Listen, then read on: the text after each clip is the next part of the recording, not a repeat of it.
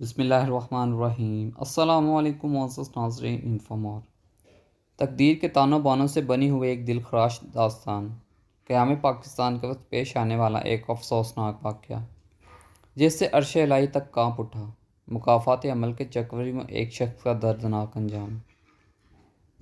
Jail کی سزائے موت کی کال کوٹری تھی۔ خوفناک سناٹا تھا۔ 0 وولٹ کا بلب کپ اندھیرے کو تھوڑا سا روشن بنا رکھا تھا۔ 5 بائی 5 فٹ کا چھوٹا سا خانہ اس کو قبر سے بھی زیادہ تنگ لگ رہا تھا۔ باہر شاید بارش ہو رہی تھی۔ اس کے پتھرائے ہوئے دماغ میں خیال گزرا، کیونکہ بادلوں کی ہلکی ہلکی گرج خوفناک سناٹے کو چیر رہی تھی، لیکن ان کی چمک، بارش کی ہلکی پھوار اور ٹھنڈی ہواؤں کے تازہ ترین جھونکوں سے وہ محروم تھا۔ آج اسے محسوس ہوا کہ بارش کتنی بڑی نعمت ہے۔ کال کوٹری کا کھانا بھی تو آج رات نہ آ سکا۔ آج رات کھانا نہیں ملے گا۔ پتہ نہیں کیا ہوا تھا۔ شاید بارش کی وجہ سے گاڑی کہیں پھنس کے رہ گئی تھی۔ جیل کے سنتری نے فولادی دروازے پر لگی چھوٹی سی کھڑکی کھول کر اسے بتا دیا اور فوراً کھڑکی بند کر دی۔ اس کو کھانا نہ ملنے کا کوئی غم نہیں تھا، لیکن 5 دن بعد ایک انسانی آواز جو اس سے مخاطب تھی، اس کے سننے کی خوشی تھی، کیونکہ وارڈن بغیر کچھ کہے کھانا آہنی دروازے کے نیچے سرکا دیتا تھا۔ بھائی میری بات تو سنو، وہ تڑپ کر اٹھا۔ میرے سے 2 باتیں تو کر لو۔ لیکن کال کوٹری کا وارڈن کب کا جا چکا تھا۔ پھر سے بس ایک وہ تھا، اور وہ کالی قبر تھی۔ آنسوؤں کی لڑی نہ جانے کب سے بہہ رہی تھی اور رکنے کا نام نہ لیتی تھی۔ یا اللہ، میں سزائے موت کا مجرم کیسے؟ اپنے رب سے اس کا ایک ہی سوال تھا، میں نے تو تیرے بندوں پر کبھی ظلم نہیں کیا تھا۔ 64 سال کی عمر کا کمزور آدمی کیسے اور کس کا قتل ہو سکتا ہے؟ اسے رب ذوالجلال تو جانتا ہے، میں بے گناہ ہوں۔ اپنے رب سے باتیں کرتا نہ جانے کب نیند کی وادیوں میں کھو گیا۔ خواب بھی تو اس کو ڈراؤنے آ رہے تھے، کبھی اپنے اوپر تختے دار جھولتے دیکھتا اور کبھی جلاد کو اپنا چہرہ ڈھانپتے دیکھتا۔ خواب میں کیا دیکھتا کہ ہندوستان کی تقسیم ہو رہی ہے، ہندوؤں کے قافلے بھارت جا رہے ہیں اور مسلمان پاکستان آ رہے ہیں۔ کشت و خون کی لڑائی جاری ہے، لیکن اس کو کوئی پرواہ نہیں ہے۔ وہ کڑیل جوان اور مضبوط جسم کا مالک روزانہ گھر سے نکل پڑتا ہے اور دیکھتا ہے کہ ہندوؤں کی چھوڑی ہوئی کسی چیز کو اچک لے۔ ایک آواز آتی ہے، وہ تیری کمائی کے دن تھے، تو چور جو ٹھہرا تھا اپنے علاقے کا۔ وہ ہڑبڑا کر اٹھ بیٹھا۔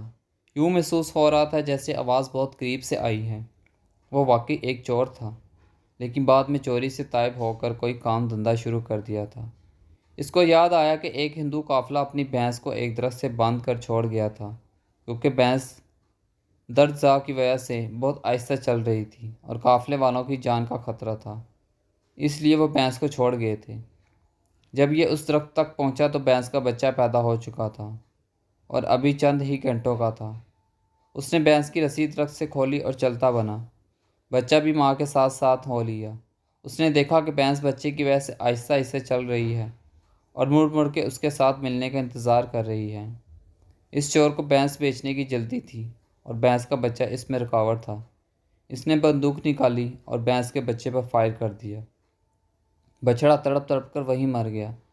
بھینس نے ایک نظر آسمان کی جانب سر اٹھایا اور پھر جھکا دیا۔ چور نے منڈی لے جا کر بھینس کو بیچ دیا اور سستی سی زرعی زمین لے لی۔ کھیتی باڑی سے اس کے دن پھر گئے، شادی ہو گئی، بچے ہو گئے۔ وقت بہت اچھا گزر رہا تھا کہ اچانک گاؤں کا ایک بااثر آدمی قتل ہو گیا اور الزام اس پر آ گیا، اگرچہ یہ بے قصور تھا۔ اچانک کال کوٹری کا فولادی دروازہ دل خراش چرچراہٹ کے ساتھ کھلا۔ اس کی سوچوں کا تسلسل یکا یک ٹوٹ گیا۔ جیل سپرنٹنڈنٹ اس کی کوٹری میں داخل ہوا۔ میاں تاج دین، ولد میاں رحمت دین، کل تمہیں فجر کے بعد سورج طلوع ہونے سے پہلے پھانسی دے دی جائے گی۔ اپنی آخری خواہش بتا دو۔ آخری کھانا کیا کھانا چاہتے ہو وہ بھی بتا دو۔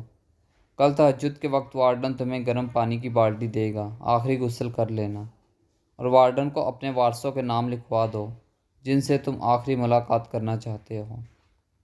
تاج دین کا ہکا بکا رہ گیا۔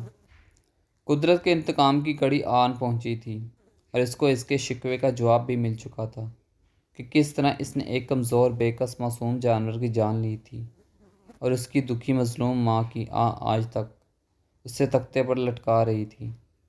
پھر وہی خوفناک سناٹا تھا، 0 وولٹ کا بلب گپ اندھیرے کو تھوڑا سا روشن بنا رکھا تھا۔ 5 بائی 5 فٹ کا چھوٹا سا کھانا اس کو قبر سے بھی زیادہ تنگ لگ رہا تھا۔ قدرت اپنا حساب پورا ضرور کرتی ہے، اس کے ہاں دیر ہے اندھیر نہیں، کیونکہ یہ دنیا مکافات عمل ہے۔ تھینکس فار واچنگ انفو مور، ملتے ہیں نیکسٹ ویڈیو میں انشاءاللہ، تب تک کے لیے اللہ حافظ۔